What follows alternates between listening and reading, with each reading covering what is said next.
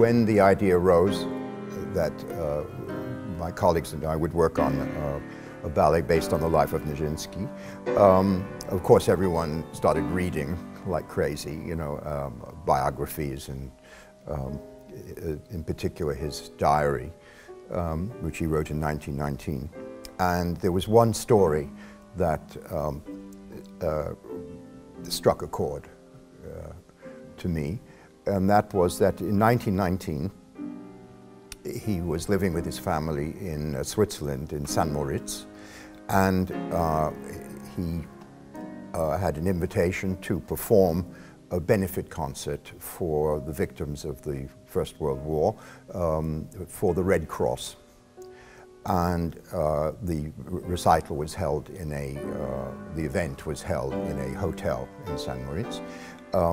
And it consisted of Nižinskij himself carrying two pieces of silk, which he made into a cross, the two pieces on the floor, and he danced using these two pieces of silk.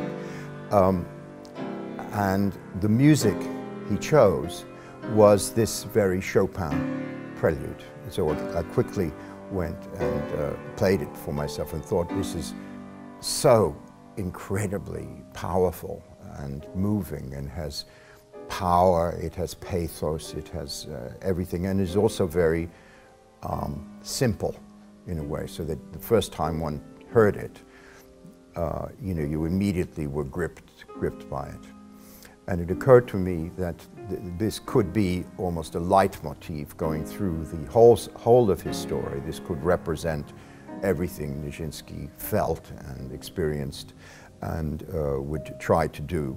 And it was capable of many variations. It could be lighthearted, it could be childlike, it could be tragic, it could be satiric, because of its simplicity, it could be many, many things. The other really significant thing about it is that this was Nižinskij's last public appearance, because after this he really became more and more depressed and more difficult and withdrawn, and he was really in the grip of his mental illness.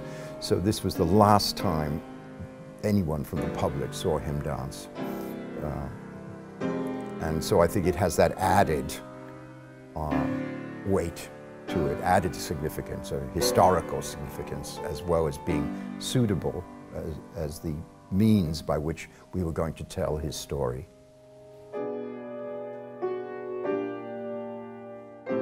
Well, you have just opened successfully a production of Romeo and Juliet, and this Romeo and Juliet was the brainchild, really, of a really very distinguished dancer, actor, teacher called Christopher Gable, and who unfortunately died of a rare cancer. And before he died, he began to put together a team to do a ballet about Nižinskij. And then after he died in '98, the whole thing was put away. It went to sleep, and the company decided, without his inspiration, that they didn't want to do it.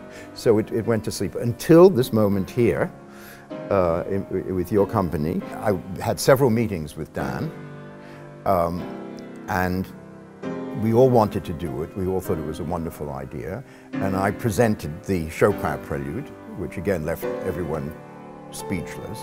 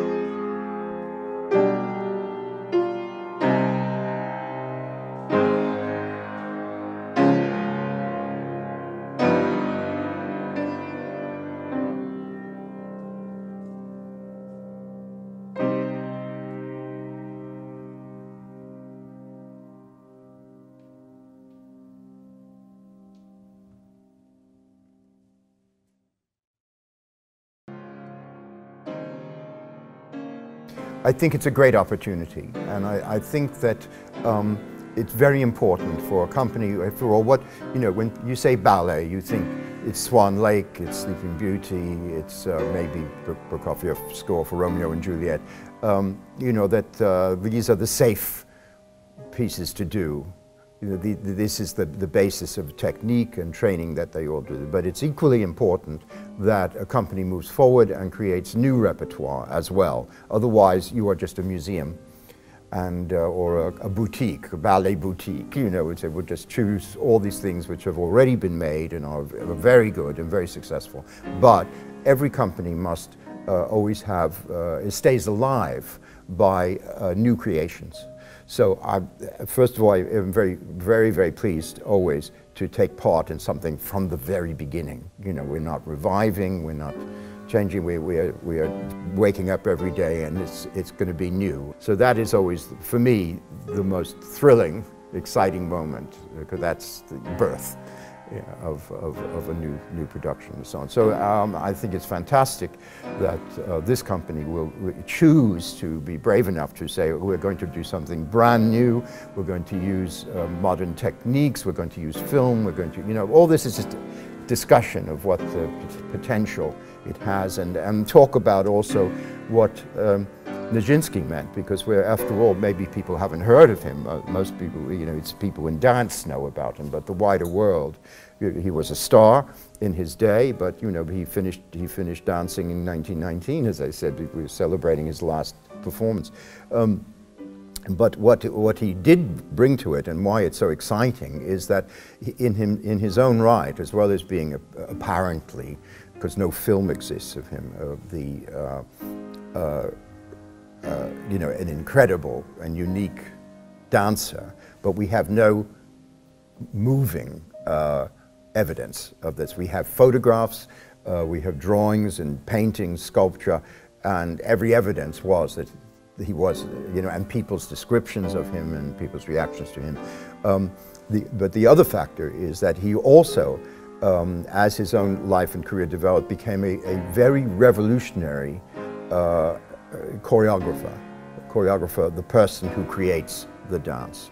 And in the context of his life, of the 4 ballets that he made, he completely expanded the range of what dance could do and theatrical production.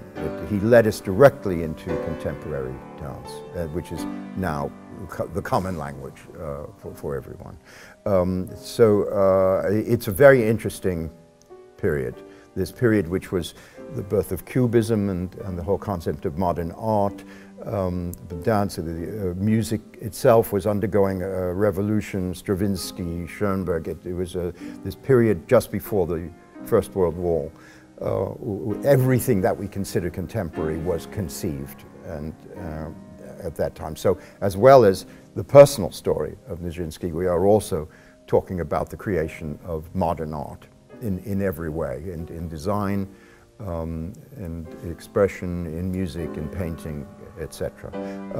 And I think that side of things is very interesting. It's also the era of jazz, and that totally different style of playing. We want to include that. It was the era of moving pictures, of cinema, the creation of cinema, the popularization of cinema, and also its development into an expressive art form. And so this was all in his time. He was up there with all the latest things, and the premiere of his most scandalous ballet. There were 2 scandals, because there was, first of all, a kind of sexual scandal with the L'après-midi d'une faune, afternoon of a faun, and then later presenting what they thought was completely chaotic, but wasn't at all, but an absolute breakthrough in dance with his Le Sacre du Printemps, or the Rite of Spring, with Stravinsky's score. Completely changed things. I think the first time in anyone who is musical, the first time in his life they hear or see the Rite of Spring, everything changes for them, because this has nothing to do with classical music, with concert life. where everything is so controlled. This has nothing to do with ballet, with point shoes and positions and so on. Everything is overthrown. And Nižinskij was responsible for it.